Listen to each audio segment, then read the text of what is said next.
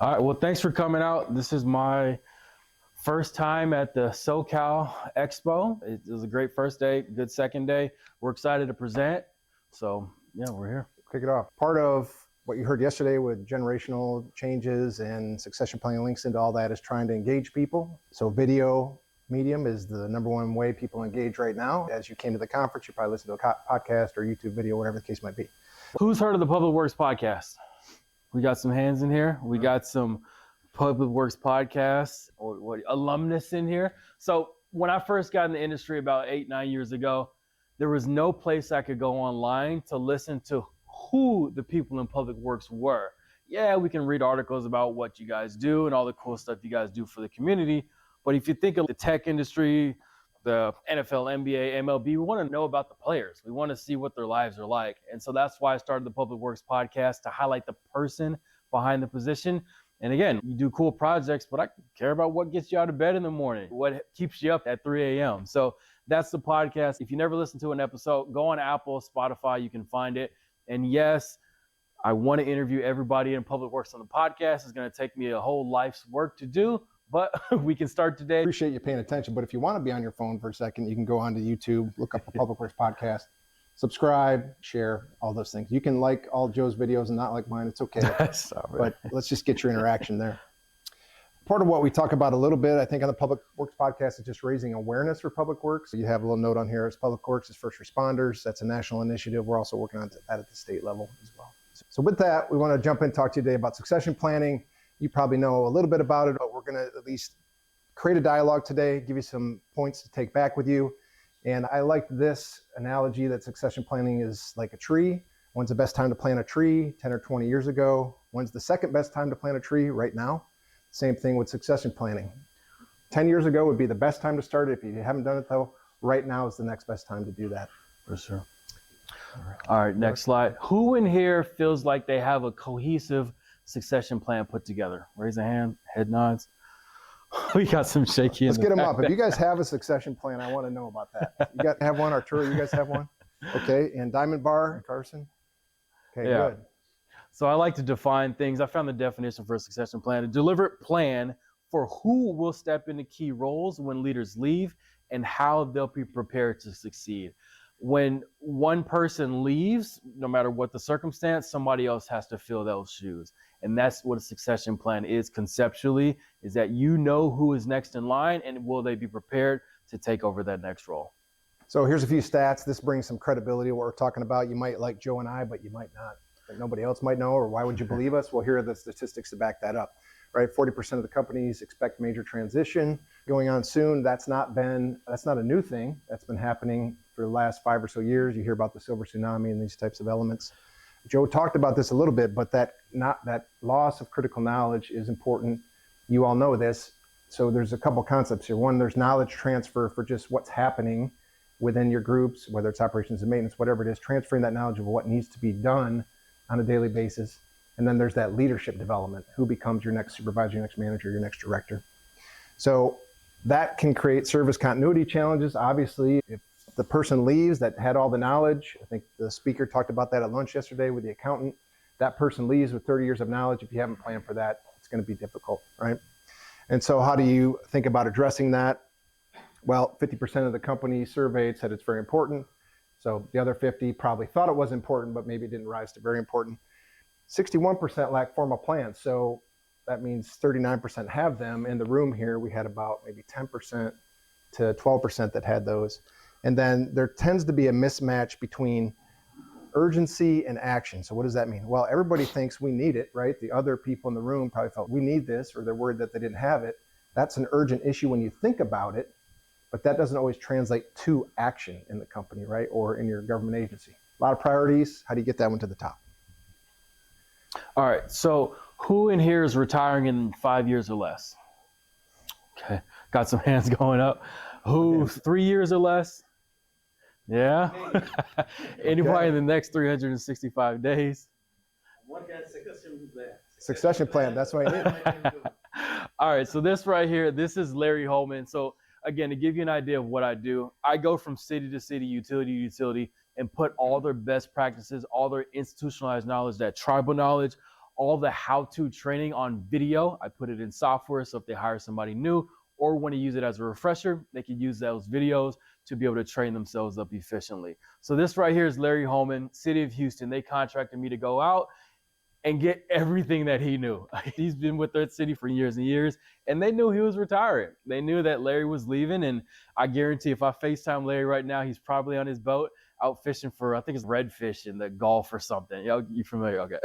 So Larry was leaving. Larry doesn't want to keep his phone on to answer those calls and say, hey, how'd you do this or how'd you do that? So we pretty much put the camera in front of him and said, tell us where the bodies are at.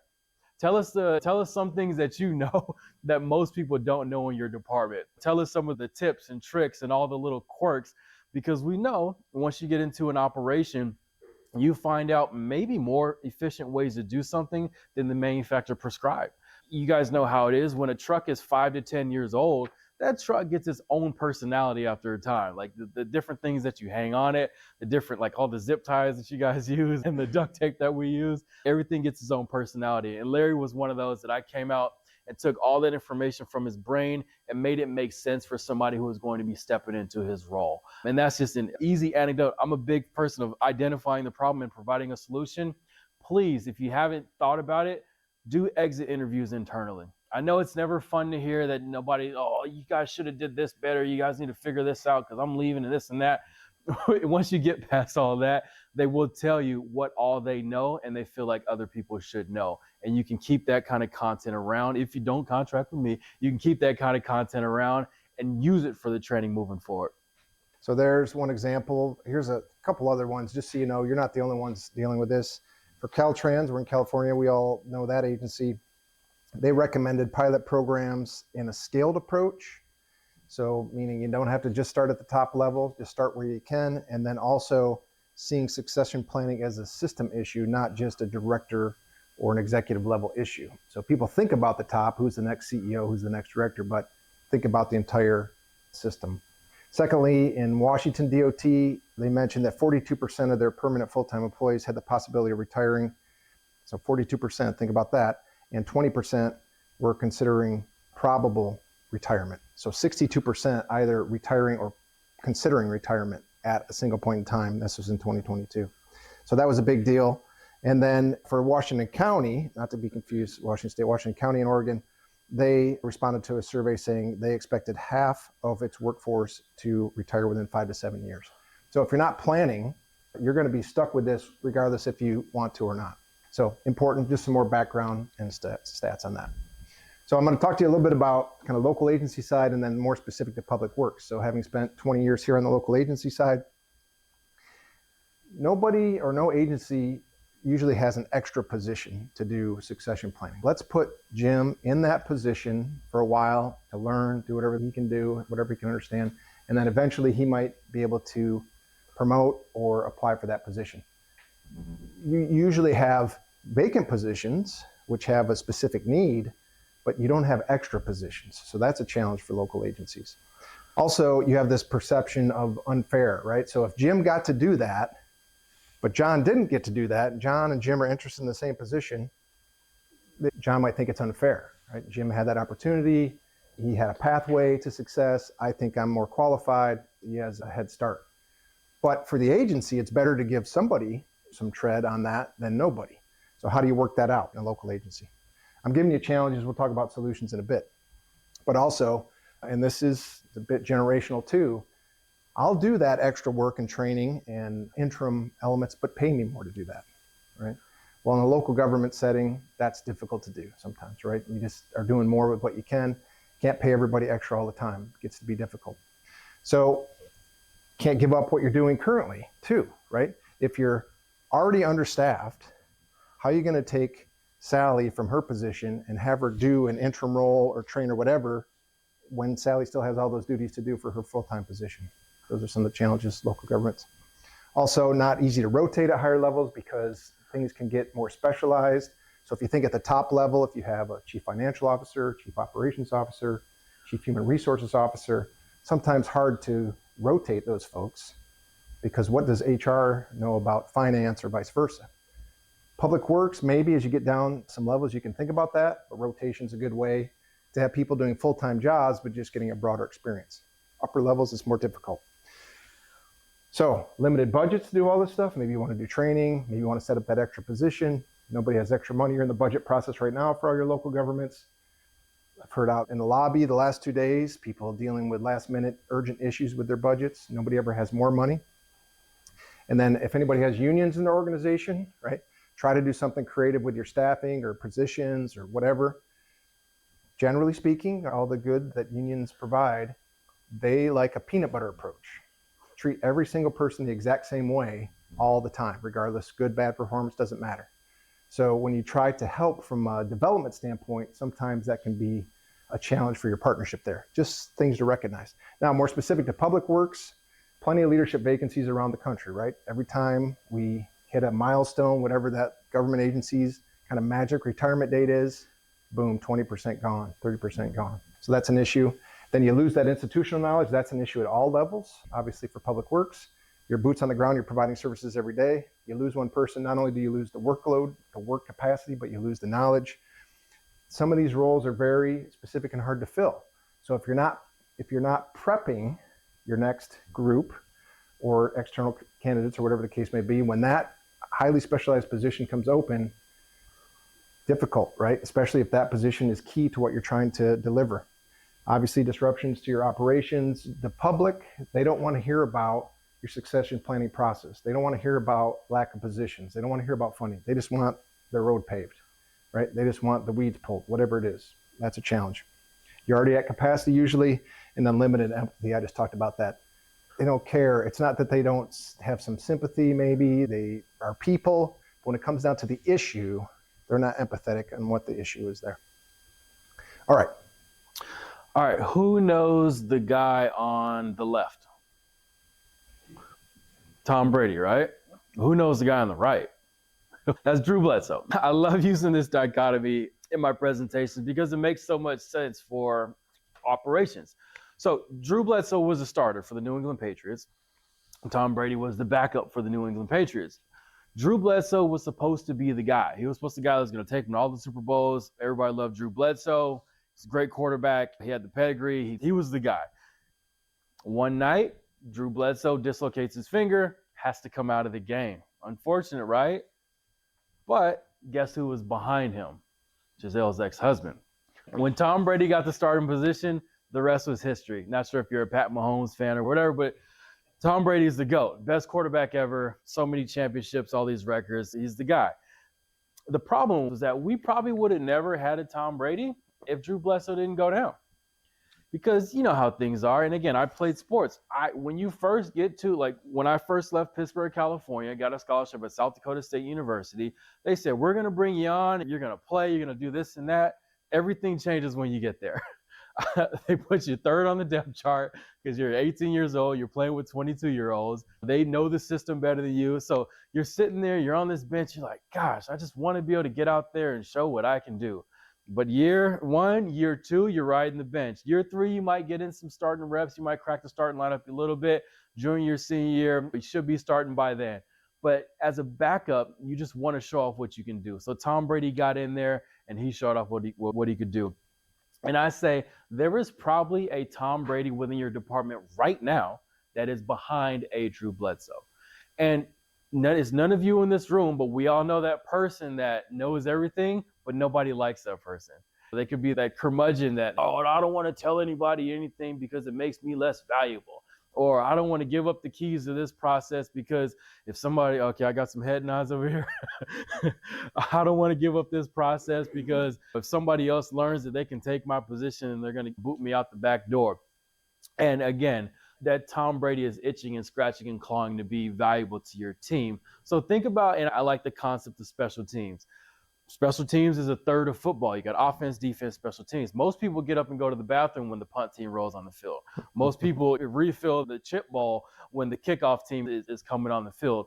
But for some of you, special teams might be a certain project or process internally that you can give to somebody and they can take full ownership of that. It keeps them energized and bought into the system, and it doesn't allow them to kind of fester in a role that isn't as meaningful as they feel like they should be in. So think internally, there might be a Tom Brady behind that Drew Bledsoe, and what you can give that Tom Brady some things to do to be able to take over that role when he's ready for it. And then again, we all have a system where the cross-training side internally or a function of onboarding. But think about that Drew Bledsoe or that Tom Brady always watching that Drew Bledsoe and knowing what to do when he finally gets his role. Good. All right. So let's get ready. We're heading into the action plan. As you move into the action plan, we'll want some feedback from you all as well, but a few things to consider. One is beware of these mindsets, what this says here. One is the grass is always greener, meaning your folks thinking, well, if I did this over here, or if that person came over here, it would be great. When people shift areas, they have to reprove their abilities there. Also, you've heard of the Peter principle, people promoting beyond their capabilities. Sometimes you only find that once they get promoted. That's the challenge. The other one is the devil you know. I'm just going to deal with the person that Joe talked about because they know what's going on. It's easier for me not to address that, and we'll just keep them there. We're not going to plan. They just deal with it. We know what's going on. But they might not be a good leader or manager. That's the challenge. So when you head into your succession planning, culture fit is crucial as you look at people in that chain. So we talked about maybe between Jim and John, maybe John doesn't have that opportunity because he hasn't shown his ability to fit into the culture and that having a long-term interest in the association. Maybe Jim has, right? And we're not talking about just being nice to people. We're talking about how they've demonstrated their daily activities in their career. The second is to think about, as you look into succession, figuring out your percentage of internal and external replacements. So this is always a tricky one, right? Grant, you and I dealt with this at the county.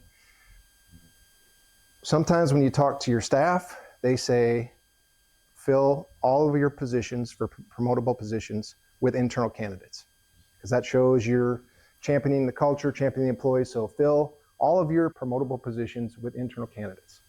So we're at a public works conference here, so we can do some calculations and math here. If you have, and we had this situation, if you have 150 vacancies and you fill each one of those vacancies with internal candidates, how many vacancies do you have after that? 150. Okay. So the challenges you're dealing with, workload balancing, trying to get expertise, trying to bring energy, all that stuff, you just moved it down a level. And sometimes those levels are the ones that need to do the work, right? When you look at the pyramid. So you moved everybody up, but you took away more people delivering. So that's a challenge. So each organization is a little bit different on what your percentage should be. I know when we did this at the county, I said, just hire the most qualified people. We went back and looked at this. After a year, we filled 150 positions. Now we ended up with more vacancies because people leave or whatever. I just said, hire the most qualified people. That's it. 50-50 right down the line. 75 internal, 75 external, just the way it worked out. But for your organization, you're going to need to think about where you're at on that curve. What's your sophistication level? Perhaps you need to bring in more external candidates because of the makeup of your workforce. If you have a lot of boomers in your workforce, you probably need to figure out how to replenish, right?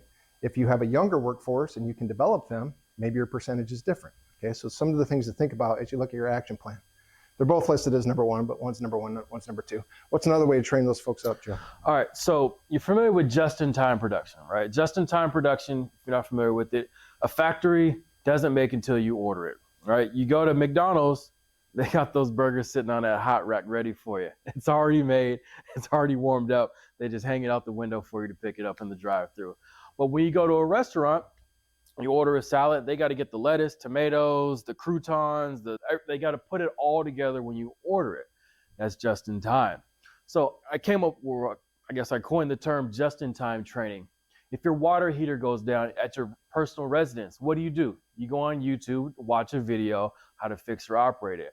Let's say you got to pull the battery out of your F-150. What do? You go on YouTube, you learn that just in time. How much less efficient will we be if we learned something when we first got into that position and we learned everything and we never needed that information until we hit it 2 years later, 3 years later, 6 months later?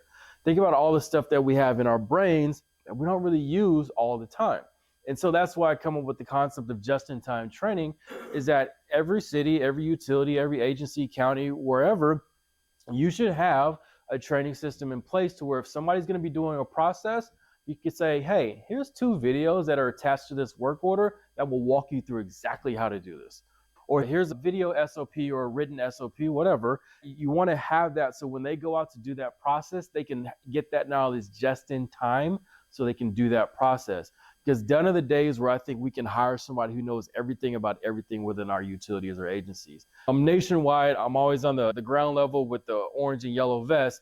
And I'll ask, what's your background? 26-year-old kid. Oh, my uncle was like, I got to get a career instead of just going from job to job. And I still live with my mom. And I just wanted to do something. So I'm here with the city. I'll ask another guy. He's 36 years old. He's like, oh, I'm on my second child and I'm tired of the construction world where if it rains, I don't get paid. And I'm just tired of it. Or the guy might be 55 years old. I need benefits. My wife's got some health issues and I can't. We hear that public agencies have pretty good benefits. So you never know who you're bringing into your agency.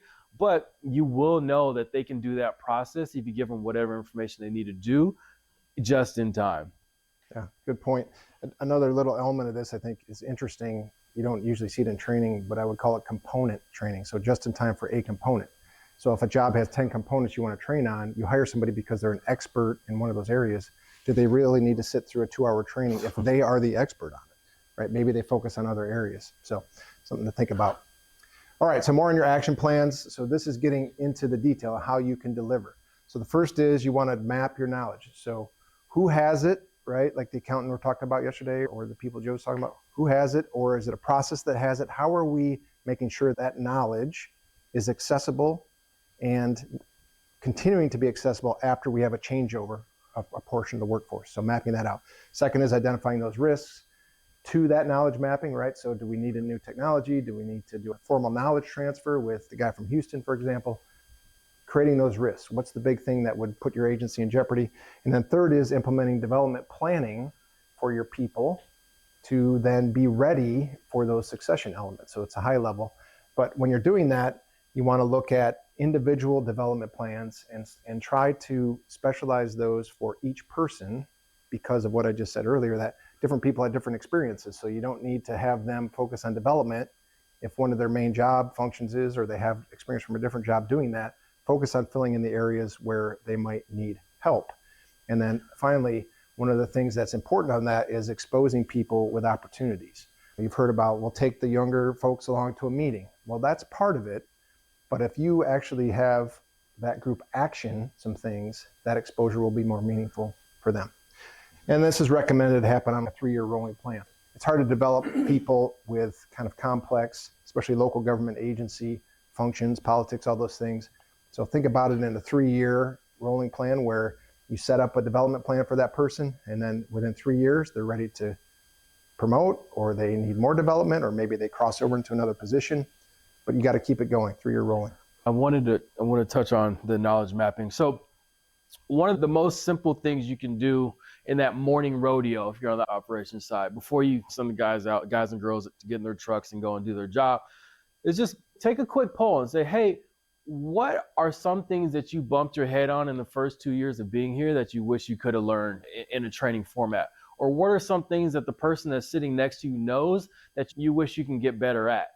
And you'd be surprised, because I ask these questions to the operations and maintenance staff and they start blurting out stuff. And these are some of the things you can jot down to go, okay, we can put together a simple training program or a simple plan of what people really want to be trained on. And those little things that you could do can be the tipping point of you putting together a cohesive training plan for when you bring somebody in, you go, okay, here's the 10 things you're going to learn because everybody else bumped their head on this when they first started. And then also developing the plan, or what was it? Yeah, the individual development plans. I don't know how many city yards that I've been to. You see a piece of equipment in the corner and say, oh, hey, are we going to train on this? And they go, no, that's been sitting there for 6 years because nobody else knows how to run it. Or the guy that knew how to run it, he's not with us anymore.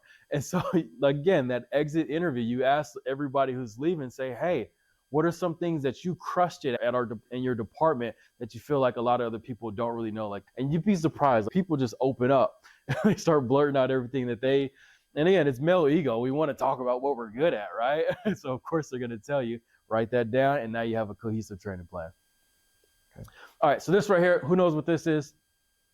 It's the Honda generator, right? Probably see them all the time on the job sites. So a story was shared with me it was at PWX in Chicago. I'm talking about succession planning and just kind of making sure I'm getting through my slides, and one guy stops me, raises his hand, it was interesting, but he said, you know what, I got a story for you. I'm like, okay.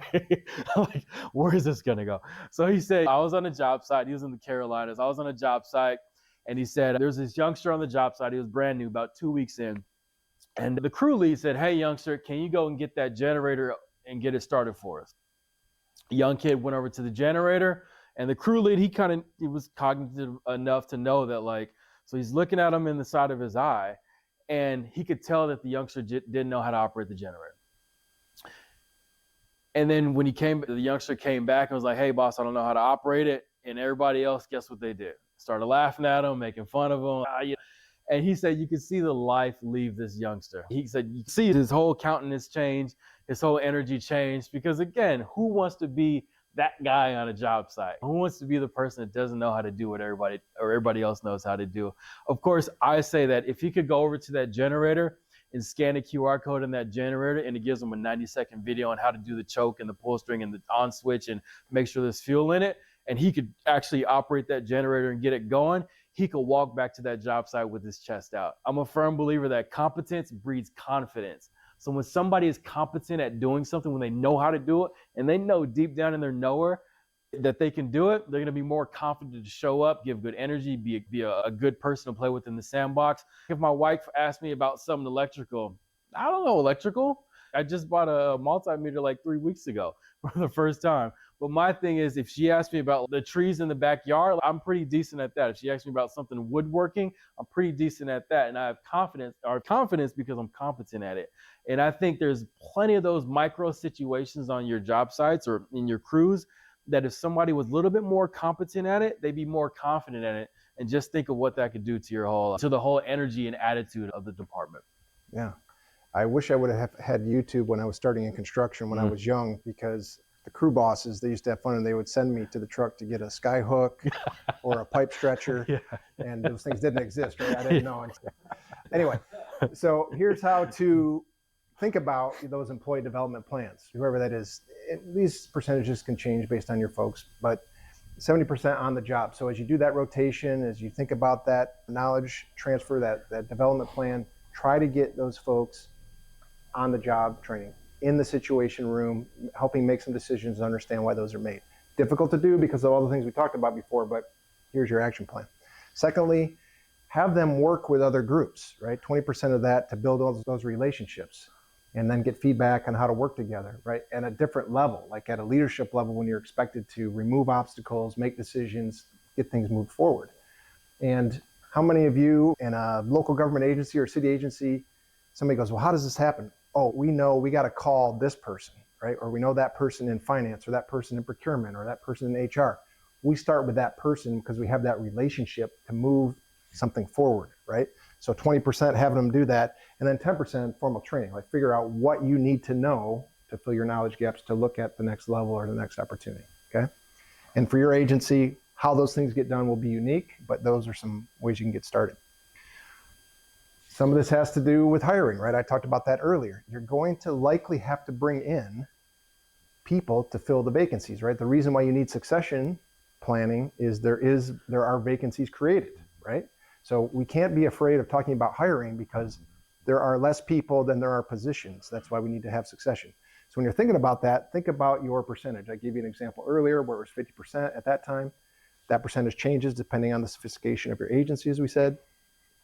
But think about external resources as ways to also get new perspectives, new specializations, new energy, things like that, to meld with the people that are well-intentioned in your agency, have good historical knowledge, know what to do, bring in that supporting energy, help with workload balancing, things like that. So there are some positives to using those resources. So it can shift back and forth is the point here as you go to do your hiring. And then we'll get into key takeaways and we're going to go to you all. I think the first one is start it before you need it, right? It's like planting the trees. When you need the shade, it's too late to plant the tree, right? So start doing that. And then Joe, you want to talk about number two? Number two, develop a leadership pipeline with practical experiences. I'm a believer that succession plan doesn't necessarily always need to be people focused. I feel like it can be process focused. Processes over people. Because again, if you can train 10 people on how to do a process, you won't have an issue. But if We see it all the time. Michael Jordan was great, right? Michael Jordan will go out, he'll win 5 championships for the Bulls. If you didn't have Michael Jordan on the court, they were most likely going to lose the game. What if you had a team full of Shane Battiers or role players, but you still won the game and everybody did their fair share? I feel like that's a stronger team, because if one person goes down, you don't lose 80% of your production. You might lose 10, 15, 20% of your production. So processes will allow everybody to be able to operate the same way. It's like when everybody talks about the 4-letter word AI, right? AI is coming for the jobs, and the machines are going to take over the world. All AI is a process. It's a if this then that code. It goes in and does X, Y, and Z, and it gives you an answer for it. It's the same thing with humans. You say, hey, Joseph, I need you to go up and roll up that power cord over there. I go over there, do the job, and bring it back. It's the same thing. So the process is something that we should get stronger at, and not necessarily focusing on the people. Yes, it takes a lot more work, a lot more horsepower up front to develop those processes. But when we have that set, it's done. And you do it once, you can scale it forever. It's hard to scale a Michael Jordan across the whole entire team. For sure. I'm going to hit 3 and 4 real quick, Jim, and maybe pick up on 5. You said Shane Battier, but you have another Shane right here. I don't know what you did with that. Sorry. So I mentioned internal, external promotions, how to do that. I think it's having a strategy around that. Are we doing it based on qualifications? Are we doing it based on needing to fill at a certain level, get those capabilities? You don't want to ignore your internal teams. But as far as that percentage, it might be that early on in your plan, you have to have a higher percentage of external, because you're not sophisticated as an agency. As you get more sophisticated, fill more of your positions, fill out that pyramid, then you have an opportunity to develop those folks, and maybe your percentage shifts more to internal.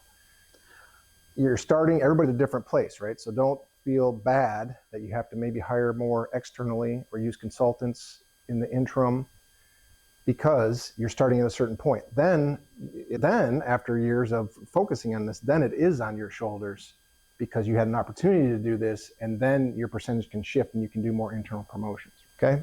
Part of the challenge with promoting people internally all the time and only filling, right? If you think about everybody promotes internally, so all the way up to the director, they're all internal.